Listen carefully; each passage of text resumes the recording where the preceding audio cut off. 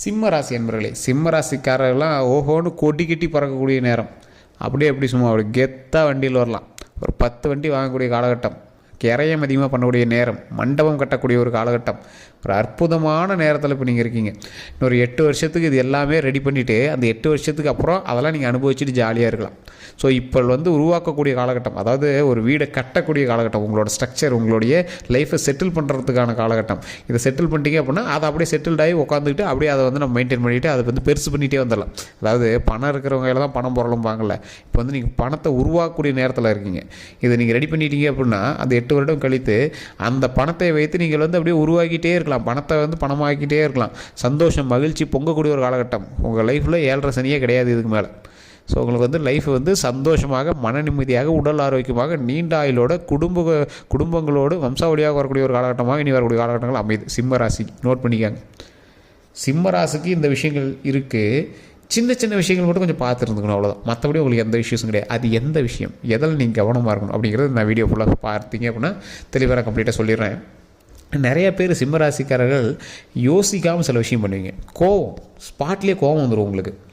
அந்த சின்ன சின்ன விஷயங்கள் மட்டும்தான் உங்களுக்கு பேக் அப்படியே கொஞ்சம் பின்தள்ளுற மாதிரி இருக்குமே தவிர மற்ற எல்லாமே உங்களுக்கு பரவாயில்ல தான். கோவத்தை கண்ட்ரோல் பண்ணுங்கள், உங்களோட உணர்ச்சியை கட்டுப்படுத்துங்க. தேவையில்லாமல் ஒருவர்கிட்ட சண்டைக்கு போகாதீங்க. பிடிச்சது தான் அடம், அதை பண்ணியே ஆகணும் அப்படிங்கிறது ஓகே தான். அது நல்ல விஷயத்தில் எது நல்ல விஷயம், எது சரியான விஷயம், எது கெட்ட விஷயம் அப்படிங்கிறதெல்லாம் எவ்வளோ பெரிய பிரில்லியண்ட்டான ஆளுக்குமே அது அவ்வளோ சீக்கிரம் தெரியாதுங்க. இப்போ நீங்கள் என்ன பண்ணுறீங்க, ஒன்று அடையணும்னு ஆசைப்படுறீங்க, அதை அடைஞ்சே ஆகணும் நீங்கள் போராடுறீங்க. ஓகே, நல்ல விஷயமா இருந்தால் ஓகே. அது எப்படி இருக்குன்னு உங்களுக்கே தெரியல. உங்களுடைய ஆசை உங்களை தூண்ட ஆரம்பிக்குது. ஸோ அதை கொஞ்சம் கண்ட்ரோலாக வச்சுட்டீங்க அப்படின்னா நீங்கள் எதை எடுத்தாலும் சக்ஸஸ் தான். அதே மாதிரி எதை எடுக்கணுங்கிறத யோசிச்சு எடுங்க. நீங்கள் எடுக்கக்கூடிய ஒவ்வொரு விஷயமும் நன்மையாக பிறப்பதற்கு வரக்கூடிய காலகட்டங்கள் வம்சாவளியாக வளர்ந்து வருவதற்கு மிகப்பெரிய ஒரு எடுத்துக்காட்டாக இருக்கக்கூடிய ராசிகளில் முதன்மையான ராசி சிம்ம ராசி. 2026 ஹைலைட்டான பர்சனில் சிம்ம ராசிக்காரர் ஒருத்தர். சார் 2026 சிம்மராசி கொஞ்சம் பார்த்துருக்கணும்னு சொன்னாங்க அப்படின்னா நான் பொது பலன்னு சொல்லிகிட்ருக்கேன். ஆனால் நீங்கள் தசாபுத்தி ஒரு டைம் போய் செக் பண்ணுங்கள். தசாபுத்தின்பால் உங்களுக்கு சுக்கிரனுடைய அதிகமாக இருக்கும் பட்சத்தில் இனி வரக்கூடிய காலகட்டம் உங்களுக்கு மகிழ்ச்சியான காலகட்டம். பூர நட்சத்திரம், மக நட்சத்திரம் நிறையா பேர் இருப்பீங்க. அதெல்லாம் உங்களுக்கு மகிழ்ச்சியான காலகட்டம். மக நட்சத்திரம்லாம் கிட்டத்தட்ட 20 வருஷம் இருக்குது. 20 வருஷம் சுக்கிரதசை வச்சு பட்டாசு கலப்போம். கிட்டத்தட்ட 15 வருஷம் மேலே இருக்குன்னு நினைக்கிறேன். இப்போ அப்ராக்சிமேட்டாக நீங்கள் கால்குலேட் பண்ணி பார்த்தீங்க அப்படின்னா பட்டாசு கிளம்பலாம். சுக்கிரனுடைய ஆதிக்கம் இருக்கக்கூடிய ஒரு காலகட்டம் தான். கவலையே பட தேவையில்லை. எதில் உங்களுக்கு சூப்பராக இருக்கும் அப்படிங்கிறது நான் அதிலே சொல்லிடுறேன். பாயிண்ட் 1, வாகனங்கள். சுக்கிரன் அப்படின்னாவே வாகனங்கள். உங்களுடைய வாகனத்தை ஃபஸ்ட்டு சுத்தமாக வச்சுக்கோங்க. சுத்தமாக வச்சுட்டிங்க அப்படின்னா சுக்கிரனுடைய வாசம் அதிகமாக வரும்.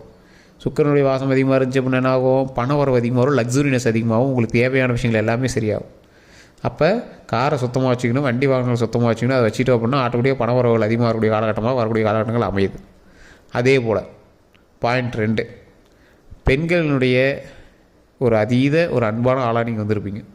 இந்த காலகட்டம் சுக்கிரன் பெண்களை ஈர்ப்பு அதிகமாக இருக்கக்கூடிய ஒரு காலகட்டம். காதல் வயப்படுவீங்க, காதல் திருமணம் நடக்கும்.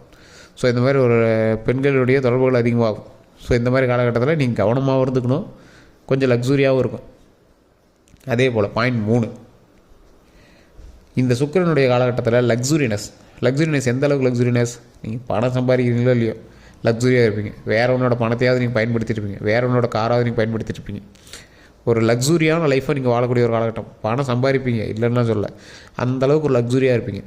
கடன்கள் எல்லாமே கொஞ்சம் கொஞ்சமாக சரியாயிட்டே வரும். கடன்கள் எல்லாமே கட்டிகிட்டே வருவீங்க. நிலபலன்கள் அதிகமாக வாங்கக்கூடிய ஒரு காலகட்டம்.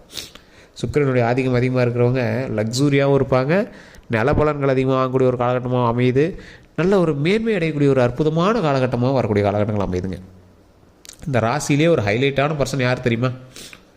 சிம்ம ராசியிலே ஹைலைட்டான பர்சனு பெருமாளை வணங்குபவர்கள் சிம்ம ராசிக்காரர்கள் ஹைலைட்டான பர்சனாக மாறுவாங்க. பெருமாள் வழிபாடு எப்படி இருக்கும், அதாவது எல்லா தெய்வங்களையும் வழிபடும் போது ஒரு மனித உருவில் இருக்கக்கூடிய தெய்வங்களை வழிபடுறோம், ஓகேவா? ஆனால் மனித உருவும் மிருகத்தினுடைய உருவும் கலந்திருக்கக்கூடிய, அதாவது வேறு ஒரு உயிரினங்களினுடைய உயிரும் கலந்திருக்கக்கூடிய தெய்வங்களை வழிபட்டால் டபுள் பவர். இது நிறைய பேர் தெரியறதில்ல. இப்போ ஒரு எக்ஸாம்பிள், சிம்ம ராசிக்கார யானை வழங்கணும், நரசிம்மர் வழிபாடு. மனித உடல், மிருகத்தலை, சிங்கத்தினுடைய தலை. அப்போ என்னது, இரு சக்தி அதில் இருக்குது. ஸோ அந்த சக்தி எந்த அளவுக்கு மேன்மைப்படுத்தோ டபுள் மடங்கு செயல்படக்கூடிய ஒரு ஃபோர்ஸாக அமையுது. ஸோ அப்போ மனித உடலும் மிருகத்தலையும் இருக்கக்கூடிய நரசிம்மரை வழிபட்டால் சிம்ம ராசிக்காரர்களுக்கு யோகம் அதிகம். சார் சிம்ம ராசி வணங்குறாங்க, ஓகே. நரசிம்மர்லேயே நிறைய நரசிம்மர்லாம் சொல்கிறாங்களே, அகோபிர நரசிம்மர் சொல்கிறாங்க, லக்ஷ்மி நரசிம்மர் சொல்கிறாங்க. யாரை சார் வழிபடுறது? நரசிம்மர் நீங்கள் வழிபட்டாவே உங்களுக்கு நல்லது தான். நீங்கள் மறக்காமல் நான் சொல்லக்கூடிய விஷயத்தை பேப்பரில் எழுதி வச்சுக்காங்க. ஓம் லக்ஷ்மி நரசிம்மரே போற்றி, ஓம் லக்ஷ்மி நரசிம்மரே போற்றி, ஓம் லக்ஷ்மி நரசிம்மரே போற்றி. சரி, என்ன சார் எந்த நரசிம்மர் வழிபட்டாலும் பரவாயில்ல, நீங்கள் லக்ஷ்மி நரசிம்மர்னு சொல்கிறீங்க. சார் தற்போதைய நிலைமையில் உங்களுக்கு வந்து சுக்கிரனுடைய ஆதிக்கம் அதிகம். அப்போ என்ன ஆகுது, உங்களுக்கு வந்து பணவரவு அதிகமாகுது. அப்போ நீங்கள் என்ன பண்ணணும், லக்ஷ்மி நரசிம்மர் வழிபடும் போது உங்களுக்கான தைரியமும் கிடைக்க ஆரம்பிக்கும், பணபலமும் கிடைக்க ஆரம்பிக்கும், செல்வமும் சேர ஆரம்பிக்கும். ஸோ அதனால் ஓம் லக்ஷ்மி நரசிம்மரே போற்றி, ஓம் லக்ஷ்மி நரசிம்மரே போற்றி, ஓம் லக்ஷ்மி நரசிம்மரே போற்றி அப்படின்னு தினம் 3 டைம் கண்டிப்பாக உங்கள் நாவால் உச்சரிக்கணும். காலையில் நல்லா குளித்து முடிச்சுட்டு சந்தோஷமாக சூரியன் முன்னாடி அப்படியே அமைதியாக மனசு அப்படியே ஃப்ரீயாக ஒரு 3 டைம் பெருமூச்சு விட்டுட்டு, நல்லா பெருமூச்சு இழுத்து விட்டுட்டு நல்லா ரிலாக்ஸாக மூச்சு விட்டுட்டு அந்த இடத்துல ஓம் லக்ஷ்மி நரசிம்மரே போற்றி, ஓம் லக்ஷ்மி நரசிம்மரே போற்றி, ஓம் லக்ஷ்மி நரசிம்மரே போற்றி அப்படின்னு வணங்க. மிகப்பெரிய பவர் கிடைக்கும். லக்ஷ்மியினுடைய வாசம் நம்ம மேலே படும், நரசிம்மரனுடைய தைரியம் நம்மகிட்ட கிடைக்கும். எதை தொட்டாலும் ஜெயம், எதை தொட்டாலும் வெற்றி. ஸோ அந்தளவுக்கு பவர் இருக்கக்கூடியவங்க தான் லக்ஷ்மி நரசிம்மர். ஸோ இதை கண்டிப்பாக ட்ரை பண்ணி பாருங்கள். இதை தவிர உங்களுக்கு பரிகாரம் எதுவும் கிடையாது. ஏன்னா நேரம் நல்லா இருக்குது, அந்த நேரத்தை அப்படியே நம்ம தக்க வச்சுக்கணும் அப்படின்னா அதை அந்த இடத்துல நம்ம கரெக்டாக ஸ்டெடியாக இருந்துக்கணும். அதான் முன்ன சொன்னல, கொஞ்சம் பேரை மட்டும் கரெக்டாக காப்பாற்றிக்காங்க, மற்றபடிலாம் ஒன்றும் இஷ்யூஸ் இல்லை, ஓகேவா? இப்போ பெண்கள் விஷயத்தில் கொஞ்சம் பேரை காப்பாற்றிக்காங்க, ஆண் விஷயத்தில் கொஞ்சம் பேரை காப்பாற்றிக்காங்க, மற்றபடி இஷ்யூஸ்லாம் எதுவும் கிடையாது. மற்றபடி நல்லாயிருக்கும். எதில் சார் கவனமாக இருக்கணும்? ஒரு சிலருக்கு இன்னும் ஃபினான்ஸாக இன்னும் செட் ஆகிருக்காது.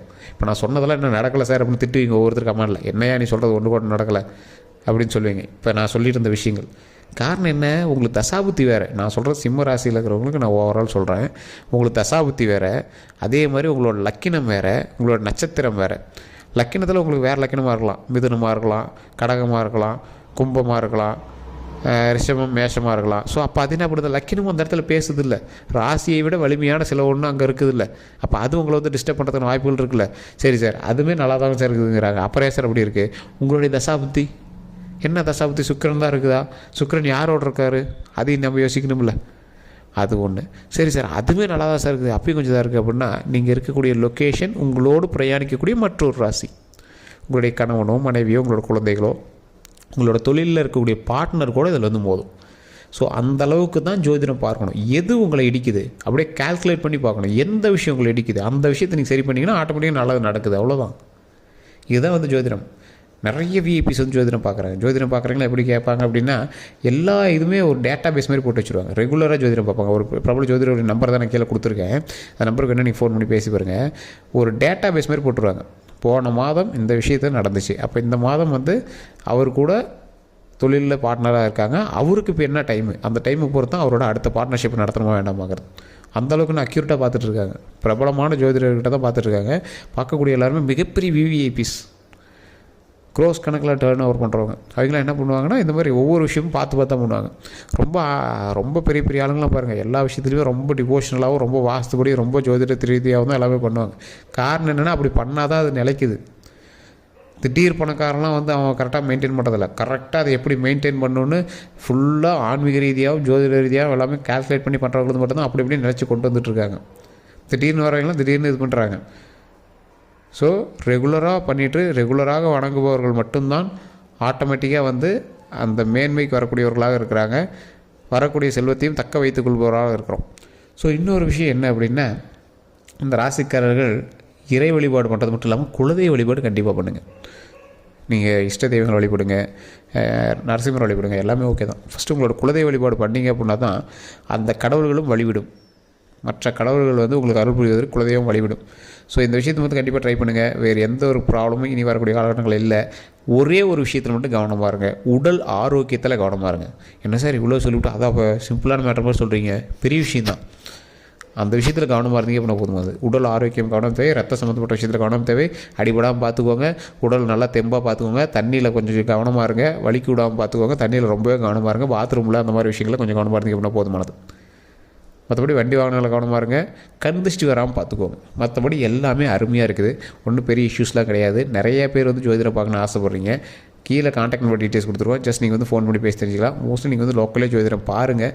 அதில் செட் ஆகலை அப்படிங்கிறவங்க மட்டும் ஃபோன் பண்ணுங்கள். ஃபோன் பண்ணாலும் பிஸின்னு வந்ததுன்னா தயவுசெய்து வெயிட் பண்ணி தான் பண்ணணும். வாட்ஸ்அப் நம்பர் கொடுத்துருவோம். வெளிநாட்டில் இருக்கிறவங்க வந்து வாட்ஸ்அப் மூலமாக தொடர்பு கொள்ளலாம். வேறு ஏதாவது கருத்துக்கள் இருந்தாலும் மறக்காம நீங்கள் வந்து ஃபோன் மூலமாக பேசி தெரிஞ்சிக்கலாம். பிரபல ஜோதிடனுடைய நம்பர் தான் கொடுத்துருக்கேன். ஜஸ்ட் நீங்கள் கால் பண்ணி அவர்கிட்டயே டேரெக்டாக பேசிக்கலாம். எல்லோருக்கும் நன்றி நண்பர்களே.